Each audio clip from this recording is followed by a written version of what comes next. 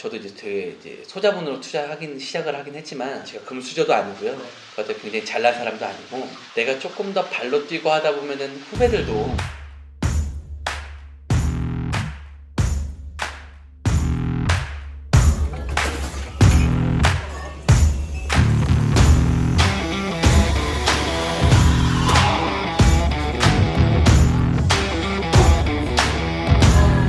이렇게 엄숙하고 진지하게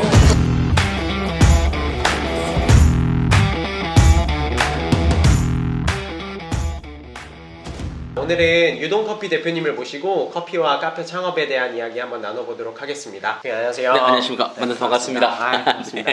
유동커피에 대해서 소개해 주실 수 있으실까요? 저 유동커피는 제주도에 위치하고 있고요.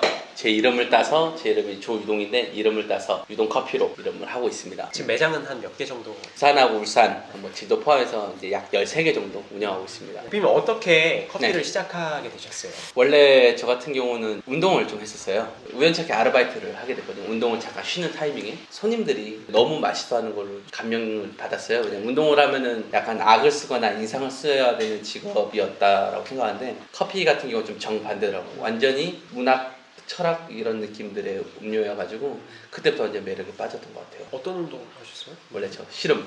씨름하셨어요? 네, 씨름 선수였어요. 진짜요? 네. 제주도에서 매장을 시작하신 뭐 특별한 이유가 있을까요?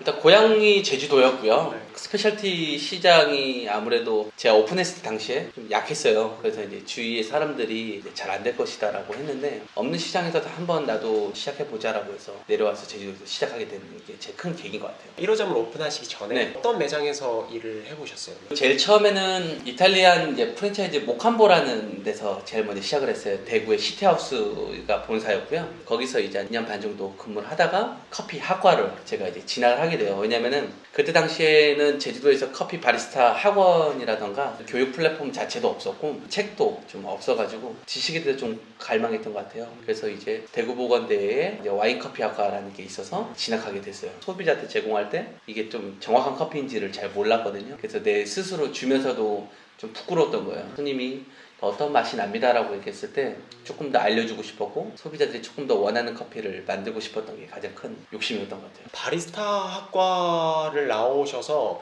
매장을 이렇게 성공적으로 운영을 해 나가고 계시잖아요. 네네. 지금 바리스타 학과 나오신 분들이 꽤 많은 걸로 알고 있어요. 네. 그분들에게 해주실 말씀이 있다면 학교에서 뭐를 이제 준비를 했으면 좋겠다. 네. 아니면 학교를 졸업하고 나와서 실전 경험을 어떻게 쌓아 나갔으면 좋겠다라고 혹시 말씀해 주시고 싶으신가요?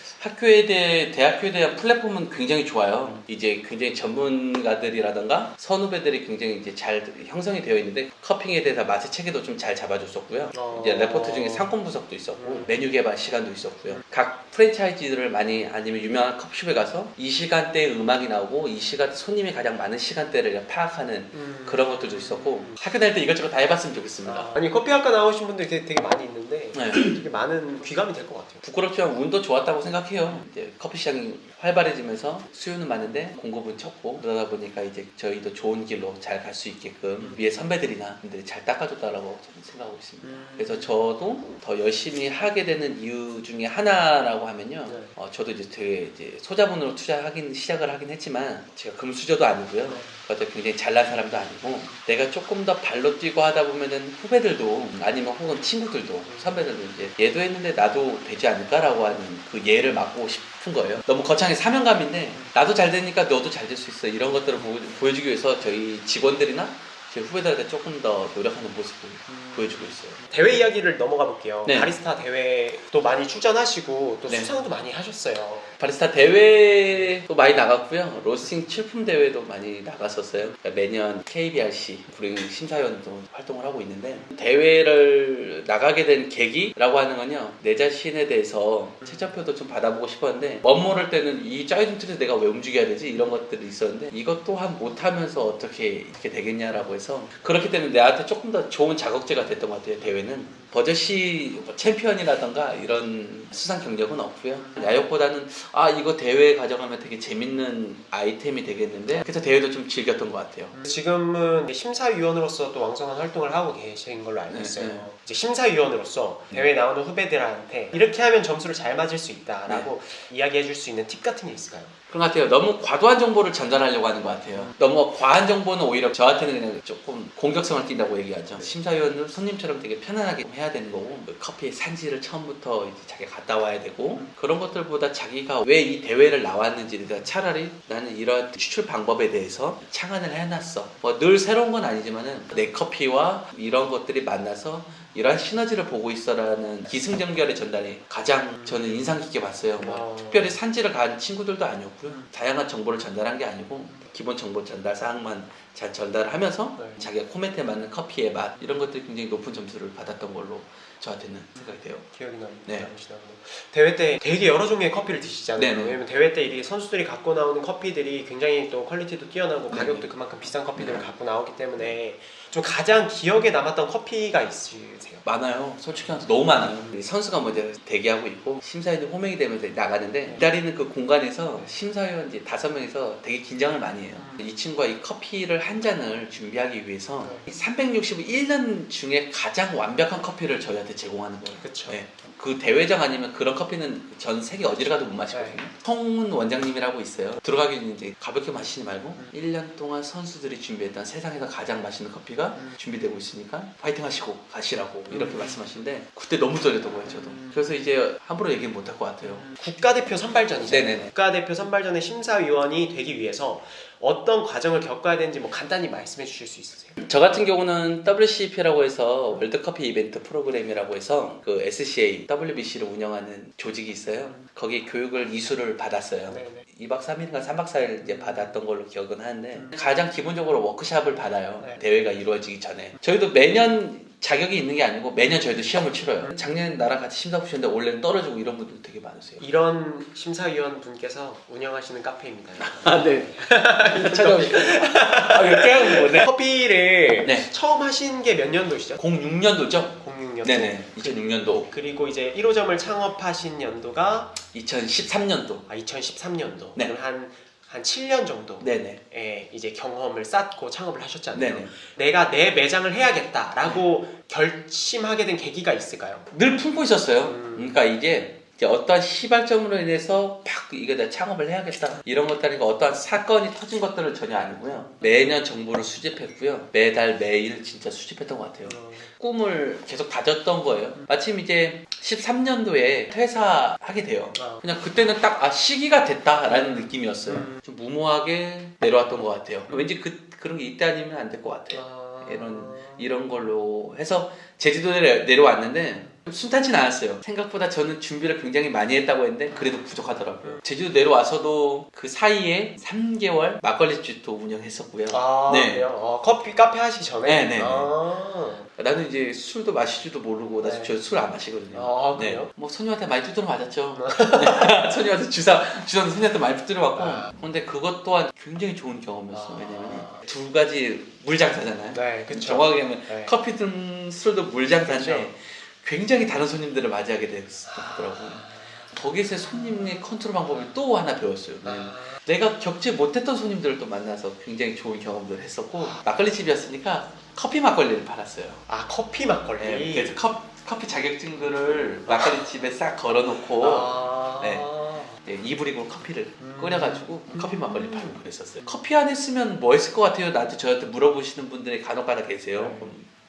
근데 한 번도 커피 아니면은 뭐 할까라고 생각을 해본 적이 없어서 막 핸드드립도 팔고 했거든요. 막걸리 집에서. 네, 그러니까 장사가 잘 될 리가 있나. 이 음악에 따라서 이 흥이 좀 틀리더라고요. 젊은 친구들인데 음악을 약간 우리 어렸을 때 요즘 슈가맨이라고 해서 이런 프로그램에서 굉장히 옛날 추억들 노래들 있잖아요. 90년대 이제 발라드 같은 거나 락 발라드 이런 거 틀으니까 젊은 친구들이나 저희 나이 때 비슷한 친구들이 술을 엄청 많이 마시더라고요. 기분에 흥에 취해서. 그러니까 야 이것도 매장의 음악도 굉장히 중요하구나 라는 걸 굉장히 많이 느꼈어요. 음악 따라서 진짜 매출이 틀려졌어요. 그 3개월 안에 많은 거 배웠죠. 이런 음악 틀면 또 뺨때기 맞겠구나. 그러면 대표님께서 매장을 1호점 이렇게 창업하실 때 좀 생각나시는 노력이 있을까요? 내가 이 매장을 창업할 때 이렇게까지 노력해봤다. 일단은 제 후배들한테 늘 하는 말이 있어요. 창업을 하기 전에 이제 얘기를 하는 건데 제가 가장 힘들 때 근데 제 친형님이 얘기해 주셨는데 제 친형님이 저를 보겠다고 서울에 제가 고시원에 살았었을 때 동생 한번 얼굴 보겠다고 제 친형님이 저한테 말씀하시더라고요. 내가 오늘 가는 길에 너한테 로또를 하나 사줄 테니까 로또가 되면은 뭘 하고 싶니? 라고 얘기를 했던 거예요.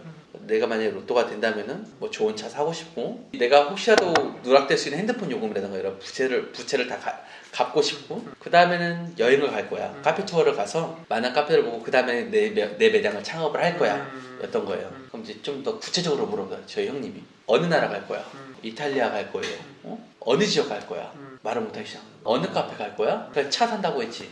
무슨 차 살까? 외제차 사야지. 외제차 뭐 벤츠. 그래 벤츠 그 다음에 어떤 거? 그러니까 너는 아무런 준비가 안 돼 있다. 내가 그럼 너 여행 가라고 지금 300만 원, 500만 원, 1000만 원 줄 테니까 지금 당장 지금 갈 수 있냐?